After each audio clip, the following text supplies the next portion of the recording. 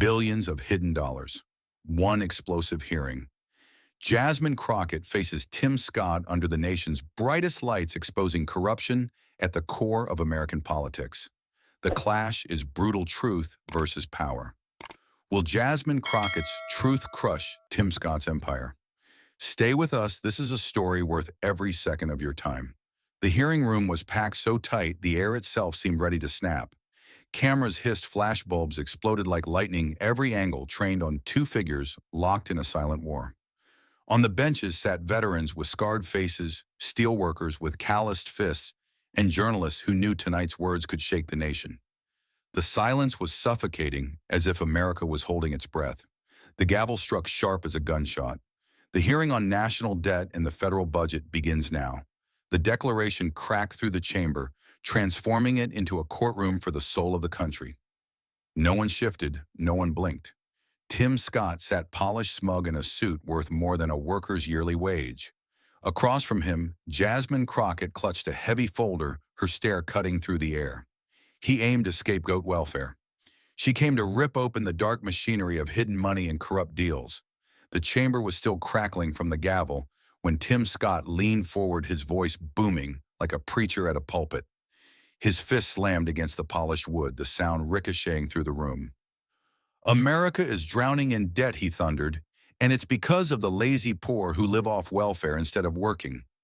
Gasps spread through the crowd, reporters' pens froze midair, and the veterans in the back shifted uncomfortably. Scott wasn't just attacking policy, he was attacking people, millions of them, with one sweeping, venomous line. Then he turned, locking eyes with Jasmine Crockett, his words sharp enough to cut. "You Ms. Crockett," he sneered. "You stand for those who would rather take handouts than lift a finger." The insult hung in the air like smoke after a gunshot. Cameras zoomed in instantly, filling the nation's screens with the split-second tension between them. The room quivered like everyone knew something irreversible had just been unleashed. Jasmine did not flinch. She rose slowly, every movement deliberate, her chair scraping back like the unsheathing of a blade. Her voice was calm, but it carried fire. "You just insulted millions of American voters," she said, her gaze steady. "People who have paid taxes for decades and only ask for the pensions they were promised." Her words rolled through the chamber, clear and sharp, cutting through the arrogance with the weight of truth. A murmur swelled from the audience, some nodding, others whispering to their neighbors, the tension climbing with every breath. She lifted her folder thick with documents and opened it with a snap that echoed. Pages slid out, and with a flick of her wrist, numbers appeared on the glowing screen behind her. According to the Government Accountability Office, she declared 60% of this national debt comes not from welfare, but from tax cuts for the ultra-wealthy and endless, costly wars. The crowd leaned forward, eyes wide, watching data turn into ammunition in her hands. Every number hit like a bullet, tearing holes in Scott's claim. The slide changed, a bold red figure filling the screen, $1.9 trillion. Jasmine's voice sliced through the room. "That is what America lost from corporate tax cuts in 2017 alone." The impact was electric. Gasps erupted, reporters scrambled to type, and cameras flashed like lightning. It was no longer an argument. It was an indictment with evidence laid bare in front of the nation. The hearing room shook with noise, voices overlapping, outrage mixing with disbelief. Tim Scott shot back, his voice rising above the chaos. "That was a benefit to the economy," he barked, clinging to his defense as if it were a lifeline. But the confident sheen was cracking, sweat visible along his hairline under the hot lights. His words sounded more desperate than commanding. The room didn't quiet. It boiled louder, the weight of proof pressing in on him from every direction. Jasmine's grip on her folder tightened, knuckles white against the black cover. Her eyes never left Scott, her jaw set. The crowd sensed it. She wasn't finished. The first strike had landed, but she was winding up for something even bigger, something that could break the chamber wide open. And the room braced for her next move. The gavel snapped down again, loud as a gunshot. Order, the chair commanded, but order was only a word. Television networks flipped to blazing banners. Scott and Crockett, a fiery showdown. Cameras pushed closer, catching every twitch, every beat of sweat, every flicker of rage. Reporters' phones vibrated nonstop, live blogs screaming updates into the bloodstream of America. The air was so tight it felt like glass about to crack. Jasmine stepped to the microphone, her voice steady her hands, sure as she opened the folder. "Let me tell you about Marcus Alvarez," she began, and the chamber froze. For 31 years, Marcus worked at Lone Star Steel Incorporated in Dallas, Texas. He was the man who kept the furnaces burning, who welded through heat that peeled skin, who never missed a shift. Her words weren't shouted, but they landed like hammer strikes. And when the company announced a so-called debt restructuring, Marcus's pension, his entire life security was wiped out. The slide lit up behind her. On it was Marcus's pension letter stamped in red void.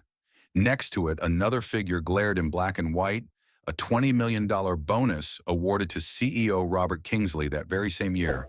That bonus, Jasmine said, her voice tightening, was followed by a $5 million donation to a PAC supporting Senator Tim Scott.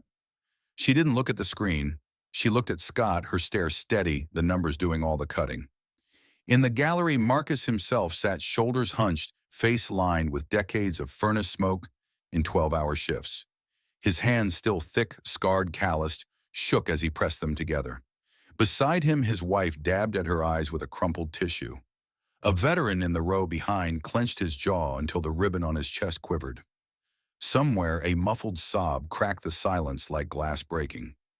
Tim Scott leaned into his mic, lips twisted in a smile too sharp to be anything but cruel. "Exceptions do not define the system," he said almost lazily. "The market self-corrects." His words hit the air like a slap. The press row erupted in murmurs. Did he just call Marcus Alvarez an exception? One reporter whispered loud enough to be caught by the boom mic. Notebooks opened, cameras zoomed closer. Pens flew across pages. A phrase that should have been brushed aside now echoed in the room, heavy damning. The chair struck the block again, but order was only a fragile illusion. The screen still screamed in red: Scott versus Crockett, a fiery showdown. Every eye swung between Jasmine's folder and Scott's grin. The chamber was now a battlefield. The silence stretched thin as wire trembling on the edge of a break. Something bigger was coming. The silence that followed Scott's cold dismissal of Marcus Alvarez was razor thin, waiting to snap. Jasmine didn't hesitate. She turned to the big screen behind her, and in one sharp motion, a graph lit up the chamber. The red line towered like a skyscraper. Top 1%, 30% of all wealth. Beside it, a thin sliver, barely visible. Bottom 50%, a 3%. Gas rippled through the crowd, and the veterans in the back leaned forward as if staring at a battlefield map. The figures weren't abstract. They were proof of a rigged game. Jasmine's voice cut through the noise like steel. "Senator Scott, let me ask you directly. How much did you receive from Wall Street PAC in 2022? Was it $12 million? The words landed like a hammer on glass. Heads turned, cameras zoomed, and reporters' pens scratched furiously. Scott froze, his practiced smile slipping, then forced a nervous chuckle. "That was a legal contribution," he said, his voice thinner than before. Jasmine didn't blink. Her tone was flat, cold, precise. "Legal does not mean moral." The phrase echoed through the hall, rolling over the crowd with the weight of judgment. Some in the gallery clapped before being hushed, but the energy was unstoppable. Flash bulbs went off like fireworks, reporters whispering, "She's cornered him." Scott shifted in his chair, adjusting his tie, sweat sliding down the side of his face under the lights. He tried to look calm, but the mask was cracking. Then the doors at the back of the chamber creaked open. Every head turned. A man in a gray suit stepped forward, clutching a small USB drive between his fingers. The clerk rushed to intercept, but Jasmine raised a hand, her eyes never leaving Scott. "Let him through." Gasps broke out as the man walked the aisle, his face pale but determined. He stopped at the witness table, voice trembling but clear. "My name is Daniel Whitaker. I served as Senator Scott's financial aide for 3 years. In July 2022, I was instructed to conceal a $50 million transfer from Atlas Petroleum Group into Senator Scott's re-election PAC. The directive came during a private meeting between Senator Scott and Atlas CEO Charles Denham at the Fairmont Hotel in Washington, D.C. He held up the USB, the glint of plastic and metal like a weapon in his hand. The room erupted. Reporters scrambled over each other, cameras clicked like machine gun fire, and shouts ricocheted against marble walls. The chair pounded the gavel, shouting for order, but the sound was swallowed by chaos. In the crowd, workers shouted curses, veterans muttered prayers, and journalists barked into phones. Get this live, now Whitaker placed the USB on the table, sliding it across like evidence in a murder trial. Scott's face flushed, crimson veins bulging at his temple. He slammed his hand on the desk, shouting over the roar, "This is a conspiracy, all of it, lies and fabrications." His voice cracked under the strain, no longer commanding, only desperate. Cameras captured every frame, the sweat, the rage, the panic. The chamber was no longer just a hearing. It was a battlefield, and Scott was bleeding in front of the nation. Chaos still trembled in the chamber. Then the gavel cut it clean. The chair leaned into the mic and said, "We will recess for 10 minutes. Staffers began herding people toward the doors, and the sound of live feeds spilled into the hallway. CNN anchors called it a killer blow, looping the USB on split screen and stamping the lower third with breaking news. Fox News hosts pushed back hard, framing it as a hit job and promising new context after the break. The corridor filled with cables, tripods, and breathless producers, every network betting on the next shock, and a swarm of interns and guards. Inside the anteroom, Tim Scott paced like a caged animal and tore into his aide. "How did this get through?" He snapped, face-flushed finger, stabbing the air. The aide stammered, clutching a legal pad, while Scott hissed for answers nobody had. A water bottle toppled, rattling across the tile, a thin sound under the hum of cameras behind the wall. Outside through the glass, Jasmine Crockett sat perfectly still on a bench, smoothing the edges of her folder as if aligning a blade. She looked composed, unhurried, like someone who had mapped the entire battlefield before stepping onto it. Reporters clustered near her like iron filings to a magnet, murmuring into recorders and phones. One leaned into a colleague and whispered, "Does she have an ace she hasn't played yet?" The question skittered down the hallway and settled into everyone's nerves. The minutes stretched. Clocks ticked. A producer counted down quietly, 5 fingers folding one by one. Security held the line hands on radio's eyes, scanning for the next spark. The quiet was not relief, it was pressure packed tight, promising that when the door reopened, the blast would be louder than before. The doors reopened, and the storm rushed back in. The chair nodded, the red light blinked live, and the hearing resumed. Jasmine stood at the lectern, calm as a drawn bow.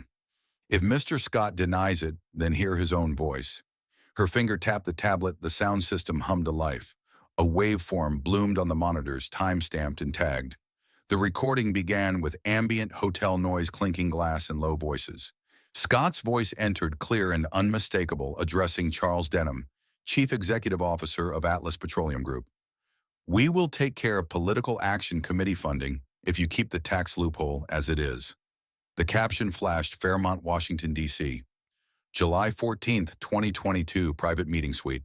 For a heartbeat, the chamber forgot to breathe, held inside that one sentence. Then the dam broke. The room went dead silent for a few seconds, then exploded into noise. Reporters leaped to their feet, producers shouted, and phones lit the benches like a city at night. Cameras swarmed the dais, their lenses punched in tight. On the center screen, the waveform kept crawling, every bump a nail in the coffin. A close-up filled the nation's televisions. Scott's forehead shining, sweat slipping down his temple, lips pressed into a hard line. He tried to straighten his tie, but his hands were shaking. Jasmine held the room with a stare that said the evidence could speak for itself. "This is no longer about numbers, but the truth. America is going broke, not because of the poor, but because of your financial game." Her words landed like a verdict. A hush followed, then a rush of angry voices. Chairs scraped, aides whispered into radios, and security shifted toward the aisles, waiting for the next surge. The chair hammered the block, but the recording kept playing, the room trapped inside Scott's own words. On the monitors, a clean transcript crawled beneath the audio, tagging each speaker, time code, and location. Beside it, a chain of custody logs showed the file's path from the Fairmont system to the committee server. Jasmine pointed to the line with Charles Denham's name, and the date steady and precise, never raising her voice. She didn't need to. The proof had its own gravity, pulling every eye and breath toward the screen. Behind the dais, the newsroom banners flipped to a single phrase, hear his own voice. Scott dabbed his forehead with a folded handkerchief, whispering to counsel, while the microphones captured only the rustle of fabric. He forced a grin that looked painted on, then stared at the floor as if it might swallow the moment. Jasmine stayed at the lectern, hands braced on the wood eyes locked on him like a pilot holding a glide path. Around them, people rose, halfway sat, and rose again, the instinct to stand colliding with the rules of the chamber. A chorus of gasps, whispers, and scraped chair legs built a relentless, jagged rhythm under the fluorescent hum. No one in the room could stay seated. The chamber still shook from the recording when Scott lurched forward, voice cracking against the storm. "This is fabricated opposition lies," he barked, pounding his fist against the desk. His words flew out desperate, splintered the sound of a man clawing for ground that had already vanished beneath him. Cameras zoomed in on his reddened face, sweat dripping jaw, locked so tight the cords in his neck strained. The reporters didn't flinch. They scribbled and muttered the words fake and opposition already in their feeds, framed as the gasps of a cornered politician. The gavel banged once, but even the hammer couldn't smother the sense that the air itself was tilting toward collapse. Jasmine did not answer his outburst with volume. She turned back to the projector, her hand steady her folder, flipping open with a final snap. The screen glowed to life again, and a chart filled the wall. Two bars stretched across it, one massive and golden, the other thin and gray. The first read, tax breaks for the top 1%, $160 billion annually. The second, total funding for veterans benefits, $80 billion. The gap was stark, brutal, and impossible to explain away. The chamber froze, the numbers hanging like weights in the fluorescent light. Her voice was low, direct, and impossible to mishear. One side is $160 billion in tax privileges for a handful of your wealthy friends. The other is $80 billion for millions of veterans who bled and sacrificed under this flag. She let the silence stretch eyes locked on Scott as the slide burned across the screen. Then she leaned forward, each word a hammerfall. "You tell this country which side you stand on. Do you choose the privileges of a few or the lives of the many who earned their dignity with blood?" The chamber snapped. Gasps rolled into whispers. Whispers surged into a low roar. A veteran in the back row wiped at his eyes, his hand trembling as he clutched the edge of the bench. A young reporter muttered, "She nailed him to the wall," her fingers flying across her keyboard. The camera feeds cut between the chart and Scott's face, the damning numbers side by side with his hollow stare. He sat, stiff lips moving, but no sound leaving his throat, like a puppet with its strings cut. Then Jasmine closed her folder.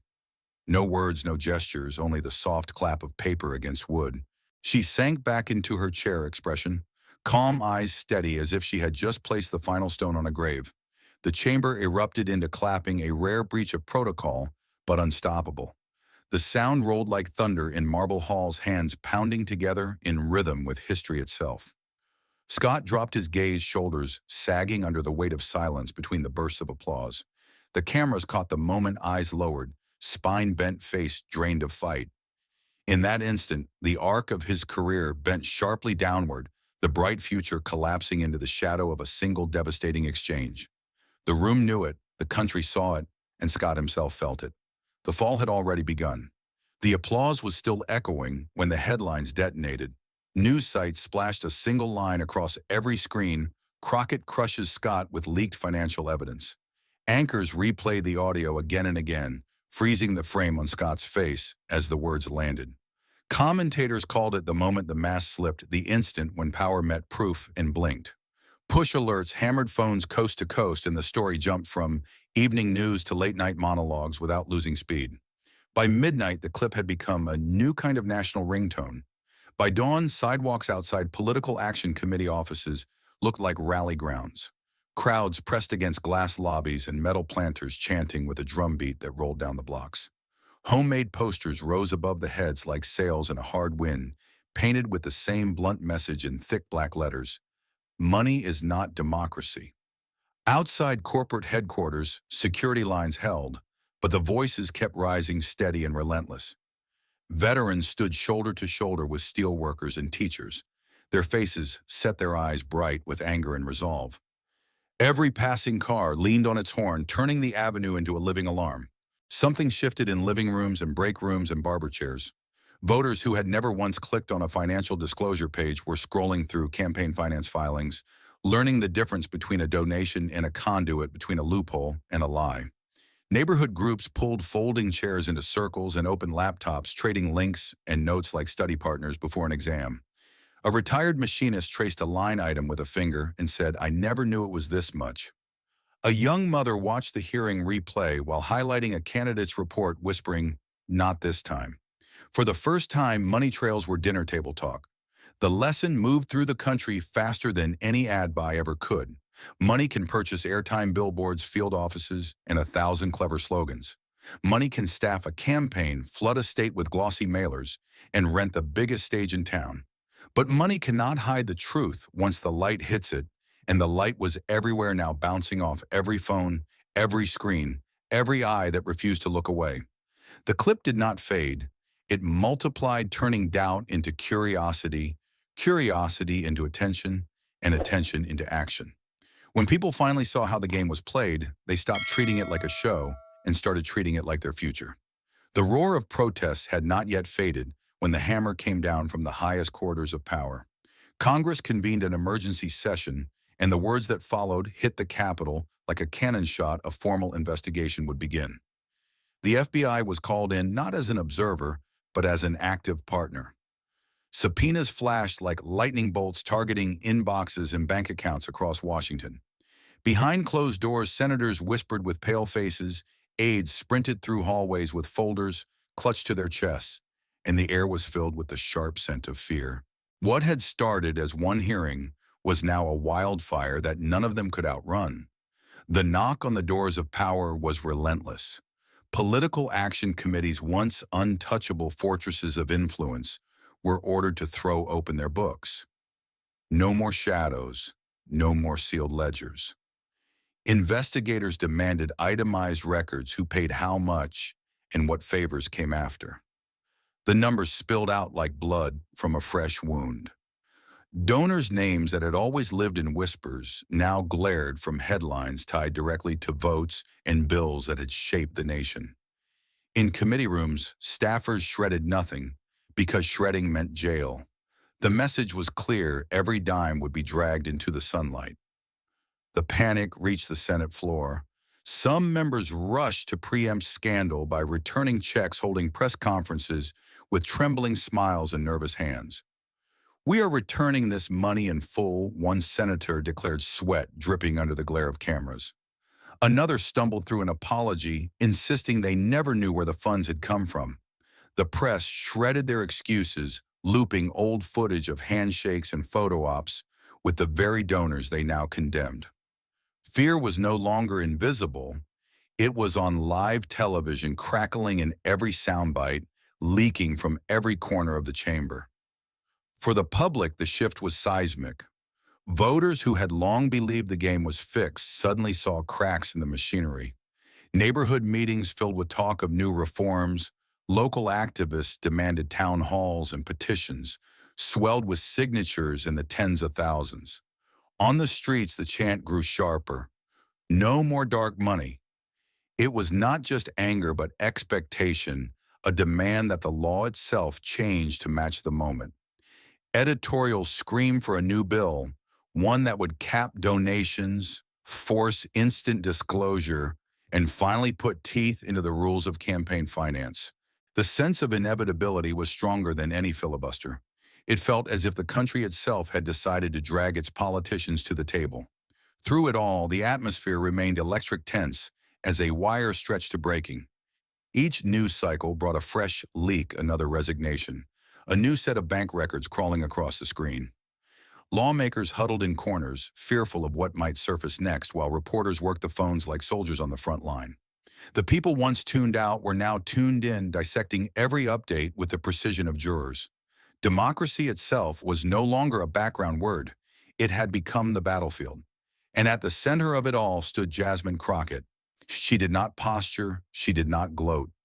When reporters crowded her in the rotunda, shoving microphones forward, she raised her hands only to calm the frenzy. Her voice was steady, stripped of ego, the words carrying the weight of a promise. "I only did my job," she said. "The people are the true force that keeps this republic alive." It was not a slogan, it was a reminder, and the effect was immediate. The crowd outside cheered, veterans saluted, and young activists recorded the moment on their phones like scripture. Her sentence replayed on loop that night, stitched into news packages, and replayed on social media feeds millions of times. Commentators argued over policy, senators argued over procedure, but the public clung to her words.